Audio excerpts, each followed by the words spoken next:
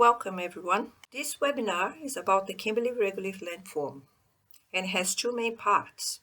First, how to make a regolith map using geophysical datasets using examples from the Kimberley.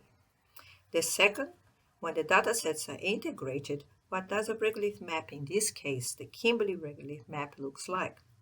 And what conclusions about the Kimberley regolith and landforms can be derived from the map? The first key point to keep in mind while mapping the regolith of an area is that the regolith composition will reflect the parent rock and degree of weathering. Different rock types have different compositions and different mineralogy. And so in order to generate a map, it's a matter of utilizing whatever technologies are available that allow for recognizing, distinguishing, and mapping the distribution of different rocks, types, and regolith types.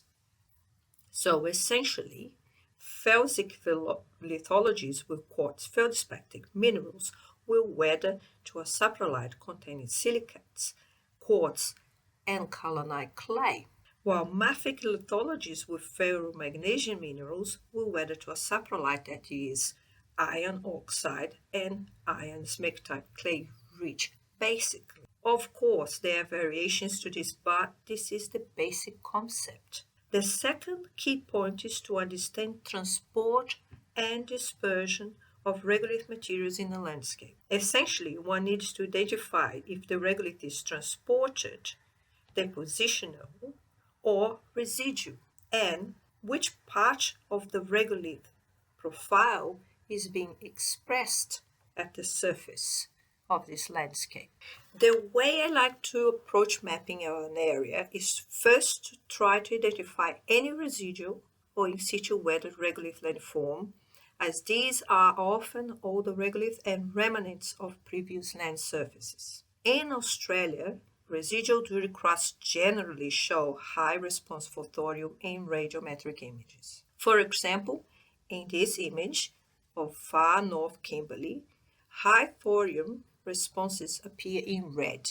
The high thorium responses here derive from the ferruginous, aluminous, dura crust, and residual sands occurring on mesas and on a plateau surface. Residual regolith often contains residual weathering resistant minerals as monazite, zircon, and rutile, which contain thorium. The low response for thorium in blue corresponds to the quartz-rich Proterozoic sandstones in the Kimberley Plateau, which do not contain these minerals. A thorium image can also be used to identify colluvium and alluvium deposits, which contain mineral sands. Once I've worked out which parts are residual, then I go to the next step, which is to identify the transporter. To this, I like to use the potassium radiometric image. So this radiometric image here depicts the response for potassium over the Leonard Ranges in the southwest Kimberley.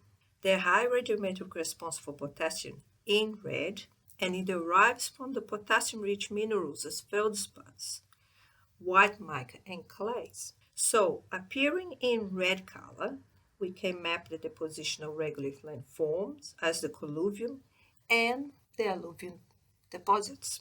These alluvial deposits containing clay, mica, and quartz feldspat sediments that derive from the weathering and erosion of the granite lithologies of the ranges. Sediments containing clays from the weathering of the calcium volcanic, and clays and micas from the weathering of the Mount House group glaciogenic sequences also appear in red. Low response for potassium in blue corresponds to the quartz-rich Proterozoic sandstone in the Kimberley Plateau and the Paleozoic sandstone of the Canning Basin. A potassium radiometric image can be used for identifying residual regolith as well, as long as the clay rich as a saprolite. So basically, different elements in the radiometric data can be used to identify different types of regolith. When radiometric images are used concurrently with Landsat and ASTER, further information on the composition of regolith can be gathered. In this example from the Chinese station, I used the radiometric thorium in conjunction with the Landsat EXO ratio. EXO stands for Australian Geological Survey Organization,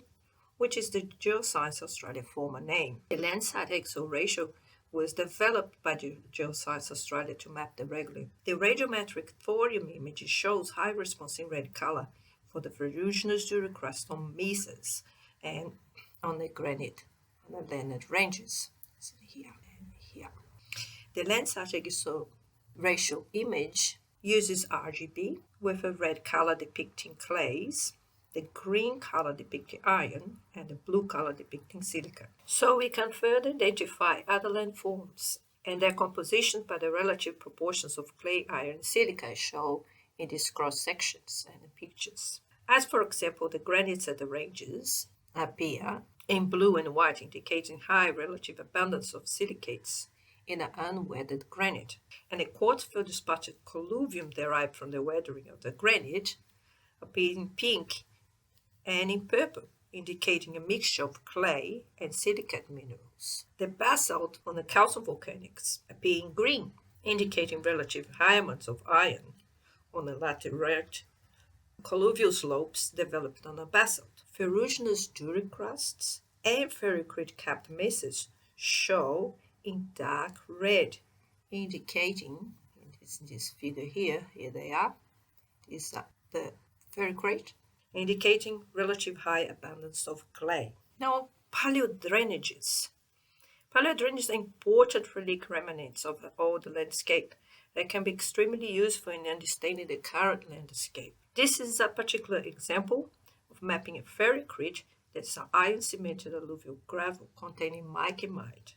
Mica-mite is a magnetic mineral. These magnetic ferrocrete outcrops are found nearby the weathered basalt and downslope from the mesa hill and breakaways formed by the weathering of the calco-volcanic basalt. The magnetic ferrocrete consists of low magnetic ferrocrete boulder-sized outcrops of iron-cemented subangular to subrounded nodules, pisoliths, and clasts up to 5 centimeters. The yellow star in the images mark this particular outcrop location. The Landsat ratio image is overlaid on a dam and is on the far left and shows the basalt from the calco-volcanics colluvial in red and green, indicating clay and iron. The bauxite deposits here in black, and red and yellow colors are the ferruginous nodules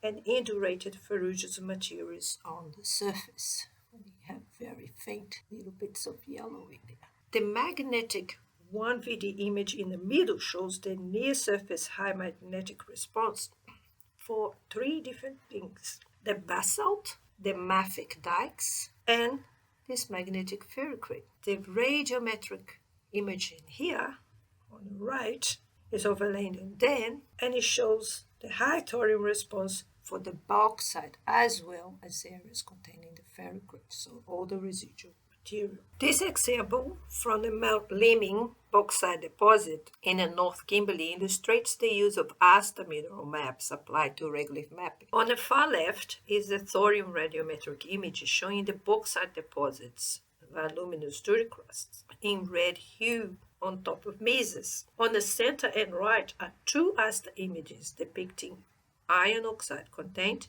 and iron oxide composition. The ASTER iron oxide content shows the bauxites on the mesas in black and in dark blue colors, and here in the center of this picture, indicating relative lack of iron oxide in contrast with the red hues produced by the ferruginous colluvium and aluminium and iron-rich soil developed on a calco-volcanic basalt down from the slope.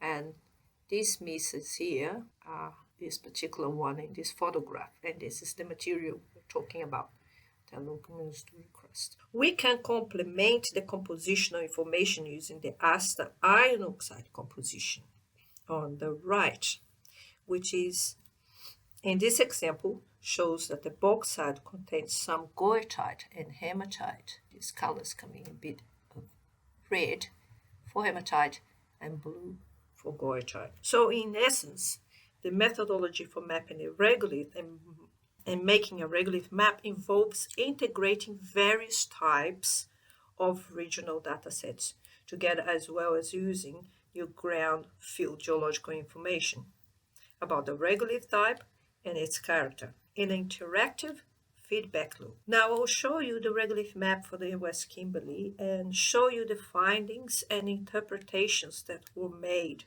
by applying this methodology that I've just been through. And I'll show you how to identify residual transported regolith using radiometrics and how to complement the regolith composition information using ASTER, Landsat, and magnetic images. The West Kimberley regolith landform map covers an area over 8.84 million kilometers square as part of the Kimberley Science and Conservation Strategy, the majority of which encompasses the Kimberley Plateau. The landforms and regolith composition were identified from the interpretation of geophysical and remote sense data, as well as field observations. This was an effective technique due to the large expanse of land to be mapped, remoteness and ruggedness of the terrain, and challenging inland accessibility. The Kimberley landscape was described by Wright in 1964 as having three land surfaces of distinct geomorphology. First, the high Kimberley surface, characterized by the quartz-rich sandstones and quartzite, is believed to be the oldest erosion surface of mid-Jurassic or Proterozoic age. It is also regarded as an exhumed feature caused by denudation and a late Paleozoic. Part of the high Kimberley surface is preserved as residual regolith on the Kimberley Plateau and reaches up to 854 meters above the sea level. The second, the low Kimberley surface, is topographically lower than the high Kimberley surface and surrounds the Kimberley Plateau. The low Kimberley surface is believed to be an incised Cretaceous or early Cenozoic erosion surface, characterized by paddy plains, valleys, mesas, and tent hills capped by resistant Miocene, aluminous, and ferruginous duricrusts developed on a calcium volcanic basalt. The third, the Fitzroy surface, is characterized by the Fitzroy River Valley. It is the youngest surface, a Pleistocene landform composed of braided river channels with sediments derived from the dissection of the high and low Kimberley surfaces. These are simplified versions of the regolith and geological map of the West Kimberley. The regolith map depicted here with only 8 landform qualifier units. There are a total of 33 regolith units classified into 8 primary landform qualifiers. The West Kimberley Craton, physiography, landform, and regolith composition are closely determined by the underlying bedrock, which consists of Paleoproterozoic granites and metamorphic rocks of the Unam Miliwindi origin, Paleoproterozoic metasedimentary and sedimentary rocks, and basalt of the Spewer and the Kimberley groups, the Proterozoic hard dolerite, and the Paleozoic sedimentary rocks in the southern Yampi Peninsula, that is this part here of the map, this area. The erosional landscape is dominated by the plateau, that is defined by luminous and ferruginous and residual and relict units. The regolith composition and diversity are determined by the underlying bedrock geology, as I said before, and regolith is more varied and developed in a calcium volcanic basalt. The distribution of the regolith landform units in a mapped area reflects the nature of the erosional landscape in the Kimberley. Areas of outcropping rock, referred to as exposed bedrock on the map, account for over 2/3 of the area. And these areas shown in gray in the map in the pie chart. The regolith units are less than 1/3. The regolith cover is approximately 31% and is made of 26% of the positional regolith. That is shown depicted here as the blue, the yellow, and the green colors in the map as well. And 4.7% is a residual or relic regolith in red. The regolith cover is geochemically related to underlying bedrock, indicating in situ weathering minimal sedimentary transport. There are 6 different types of residual relict units identified, with 5 being duricrusts. The map illustrates the distribution of residual relict units in the West Kimberley. The duricrust cover 2.5% of the mapped area, and the aluminous duricrust of bauxite is the most widely distributed with 2% of the area. It's shown here, all this orange yellowish color. Aluminous duricrust developed on a basalt, but also on a dolerite. Residual units are most prolific on the north of the 60 parallel. The residual regolith is aluminous and or ferruginous in composition, often duricrust on topographic heights, mesas, and plateaus. So for example, this bauxite deposit on top of this mesa hill here at Monte Limin. The residual regolith represents the remnants of extensive paleosurfaces preserved at the high and low Kimberley surface. The spatial and vertical extent in the present landscape suggests a continuous shade of ferruginous and aluminous duricrusts that must have formed from the late Miocene to Pliocene. The aluminous duricrust dates from late Miocene to early Pleistocene, indicating at least 2 distinct periods of lateralization, possibly linked to changes in climate, between 22.4 and 10.4 million years ago, and 6.7 and 2.3 million years ago. The present residual duricrusts are possibly reworked duricrusts from a distinct weathering period that commenced in the Miocene. The figure on the right shows the distribution of residual and relict regolith units in the West Kimberley. The colors in the figure represent the different types of residual and relict regolith. The same colors are on the north-south and east-west profiles. This here in red are the bauxite deposits, and in here as well. The height above sea level of the polygons of residual and relict regolith have been projected onto these north, south, and east-west profiles, and show that the Kimberley Plateau landscape tilts to the north, particularly north of the 15.6 degree latitude, or 16, let's round that up, the northern part of this map. This tilting is consistent with the northwesterly downward warping of the Australian plate as it approaches the Sunda-Banda arc on its continuing movement north, as shown by this figure here. The tilting to the north likely contributed to the erosional process, causing dissection of the Kimberley landscape, as well as the coastal geomorphology of the Kimberley. The tilting has resulted in a drowned coastline